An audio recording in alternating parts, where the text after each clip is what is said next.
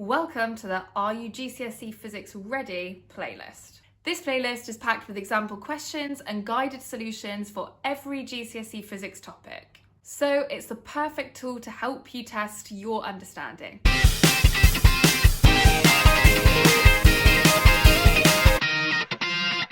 If you feel like you might need a quick review of this topic before having a go at the questions, or you would just like the ideal revision companion for these videos, then do make sure to download my free GCSE Physics revision notes, linked in the description below. If you're ready, let's dive in.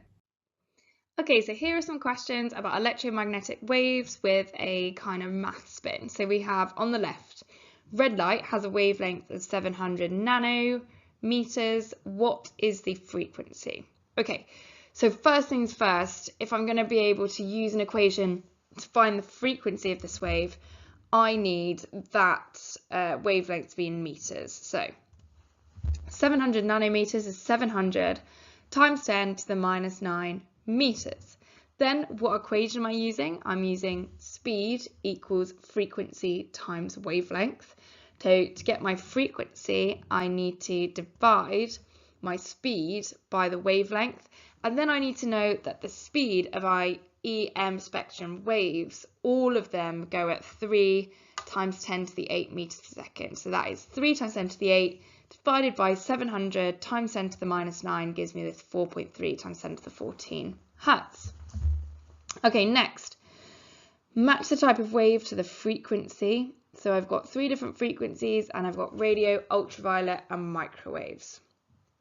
So first thing I need to do is to decide, okay, what order did those 3 waves go in? So for my wavelength, the one with the longest wavelength is radio, then it goes micro, then it goes ultraviolet.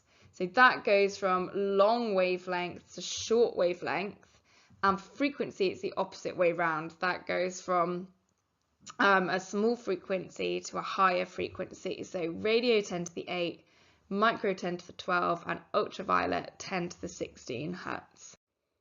Okay, so time to look at some properties that are shared by electromagnetic waves. So in my first question, I've got compare electromagnetic waves to water waves.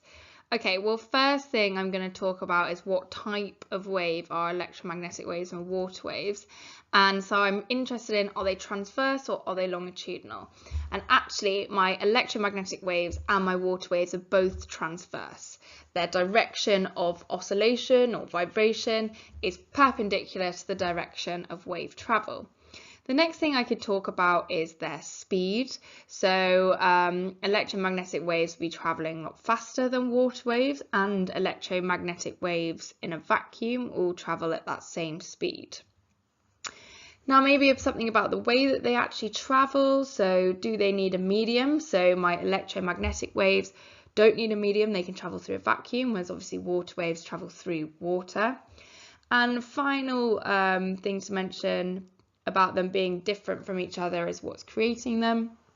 Water waves are created by some kind of vibration on the water, and my electromagnetic waves are created from the electric and magnetic fields oscillating perpendicular to each other. Okay, which travels faster in a vacuum, visible light from the sun or X-rays, and how can I tell? Well, they both travel the same speed because they are both electromagnetic waves, and therefore they travel at 3 times 10 to the 8 meters per second. Okay, question on the left. We use microwaves and radio waves for communications. Why do microwaves cause internal heating and radio waves do not? Okay. So basically the short answer to this is that my microwaves have the higher frequency and therefore have the higher energy of these 2 waves. And as I make my way up into the higher frequencies of my EM wave spectrum, the waves get more and more dangerous. So my microwaves can do more damage and cause this internal heating when my radio waves do not. Okay, next question. Why does the dentist leave the room when doing an X-ray on your teeth? Is there a wave more dangerous than X-rays? Okay, so the reason that the dentist will leave the room is, as the next part of the question suggests, X-rays can be quite dangerous, or large amounts of exposure to X-rays can be dangerous. They can cause things like cancer, but there is a wave more dangerous than X-rays, and that is gamma rays. And the reason that gamma is more dangerous than X-rays is because, again, they are higher frequency and therefore higher energy waves. Okay, and now a few questions on these waves being created. So on the left, we've got explain the difference in radio waves produced at 50 Hertz AC current and 100 Hertz AC current. Okay, so this is using the idea of how do we even produce radio waves in the first place. And they are actually produced by oscillating charges. So here with my AC current, it's electrons moving back and forth that is creating these radio waves. If you have a higher frequency radio waves, those electrons are moving back and forth quicker to create those radio waves. So faster vibrations of electrons. Okay, next question. Electron moving between energy levels produces a gamma wave. Explain how to produce a gamma wave of a higher frequency and a higher wavelength. Okay. Let's look at the higher frequency first. So you will have learnt or will be covering later on when you do a bit more of radioactivity, the idea of energy levels in your atoms and electrons moving between energy levels. And one thing that you learn is the size of frequency of wave that's released to do with the jump or the gap of energy levels the electron jumps. So to get a higher frequency, the electron could jump a larger gap or more energy levels. But then to produce a higher wavelength, in order to do that, larger wavelength means a smaller frequency. So a smaller frequency is a smaller gap or jumping fewer energy levels. Just before we go into the tips and tricks section, if you do want some extra advice to getting that grade 9 for your GCSE, then why not download my free 20-minute exam success guide? Just click on the link in the description below. I'm going to give away all of my best advice and secrets and completely for free, so why not? Now, just to reiterate that, we will go through that in more detail when we do the atomic structure section of the course. Okay, tips and tricks for this section. Don't forget about the creation that you need to know about, which is your radio waves and your gamma waves that we've just been through on the previous slide. Often that's a spec point that gets missed by some pupils, and it's a nice kind of 6-mark question to compare how these different waves are produced.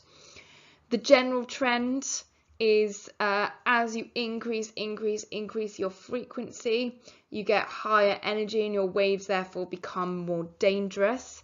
Remember to use your wave equation, or this is your wave equation that can help you find frequencies or wavelengths, knowing that all of these waves move at the v, or the speed of 3 × 10⁸ in a vacuum. Finally, a lot of the waves, especially the waves in your visible light spectrum, fall into are often quoted, in nanometers. So it's good to know that nano is times 10⁻⁹. So whatever their number they give you, if you multiply it by 10⁻⁹, that will give you your wavelength in meters, and you will need it in meters before you use that wave equation above, okay, with the speed as 3 × 10⁸.